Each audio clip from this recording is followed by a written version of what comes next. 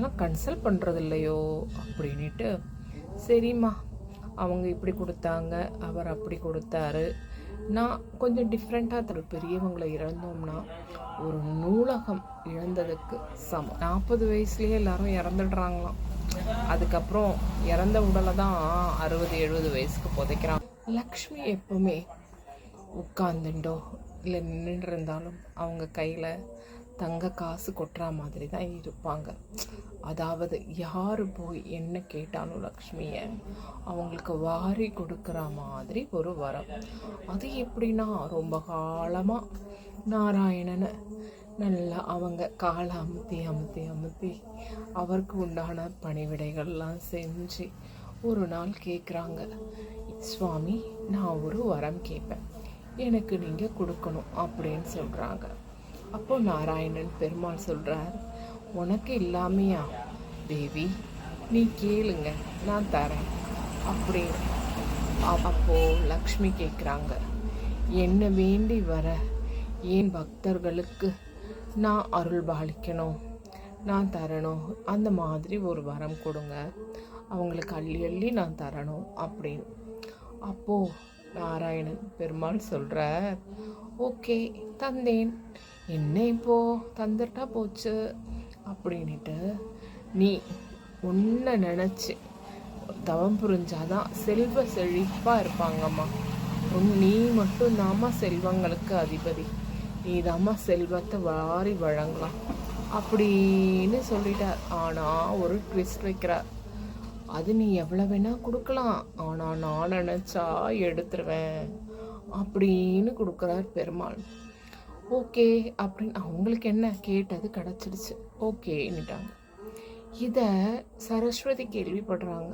அப்போது பிரம்மா கிட்ட போயிட்டு, இங்கே பாருங்க சுவாமி, நாராயணன் லக்ஷ்மிக்கு இப்படி வரம் கொடுத்துட்டார், எனக்கும் நீங்கள் அந்த மாதிரி ஏதாவது வரம் கொடுக்கணும் அப்படின்னு சரஸ்வதி பிரம்மா கிட்ட கேட்குறாங்க.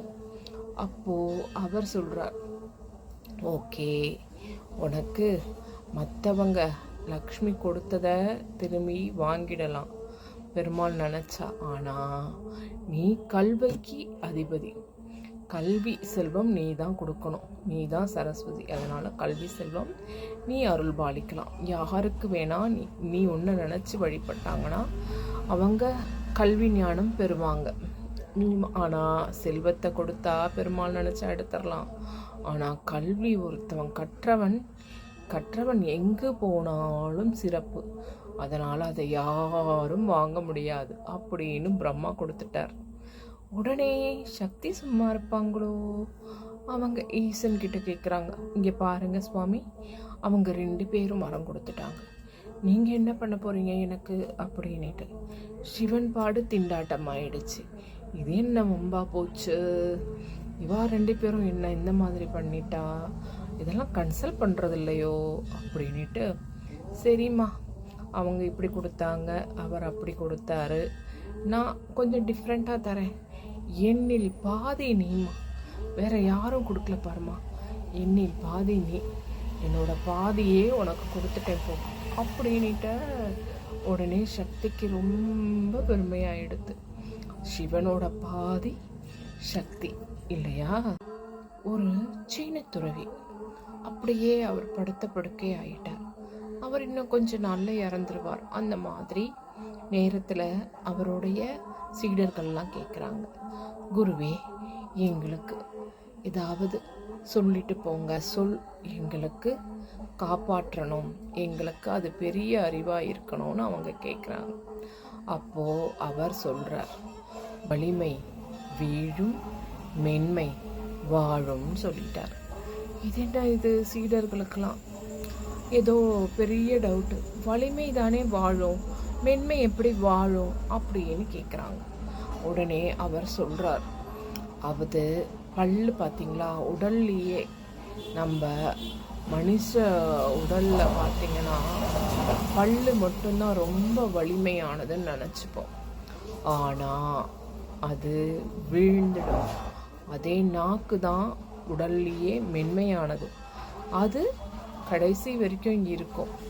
அது மாதிரி வலிமையாக இருக்கிறது இது இல்லை, அது மென்மை தான் மென்மை தான் வாழுமா, வலிமை வீழுமா. அந்த மாதிரி அவர் சொல்லிட்டு போனார். அதே கண்ணதாசன் பாடலில் கூட பாருங்க, அதாவது மரங்கள் புயல் காற்றுல விழுந்துடும், அதே அந்த நாணல் புல் என்ன பண்ணும், சாயும், ஆனால் நிமிந்துடும் உடனே. அந்த மாதிரி நம்மளும் இருக்கணுமா. வலிமை பெருசு இல்லை, மென்மை அமைதி, இதை காத்தோம்னா வீழ்ந்தாலும் எழுந்து நிற்கலாம் அப்படின்னு சொல்லியிருக்கார். வலிமையாக இருக்கிறத விட விழுந்தாலும் வல்லமையாக எழுந்திரிச்சு நின்றுக்கிறோம் பாருங்க, அதுதான் பெருசு.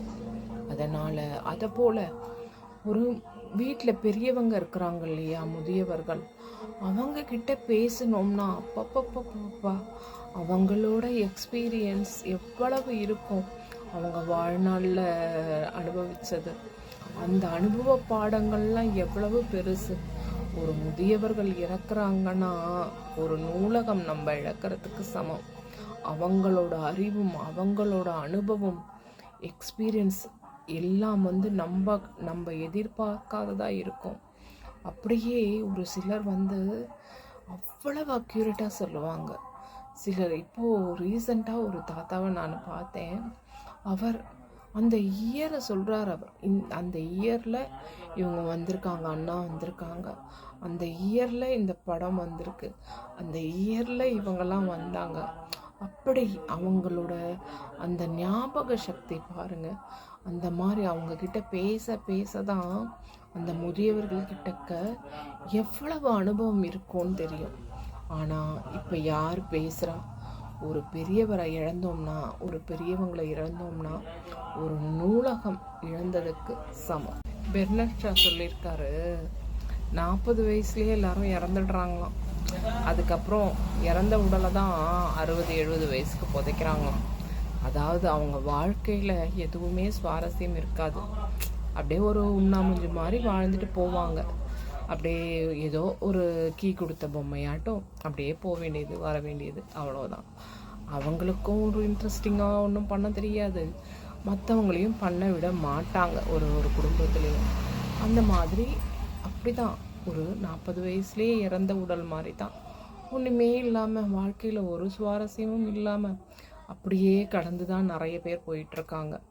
கேட்டு பாருங்களேன், நிறைய பேர் அவங்க அப்படி தான் சொல்லுவாங்க, என்னத்தை வாழ்ந்து அப்படியே இந்த பிள்ளைங்களுக்காக எல்லாம் பண்ணியாச்சு, அதுங்களுக்கு தான் போகுது, அப்படி தான் போகுது அப்படின்னு தான் சொல்கிறாங்க.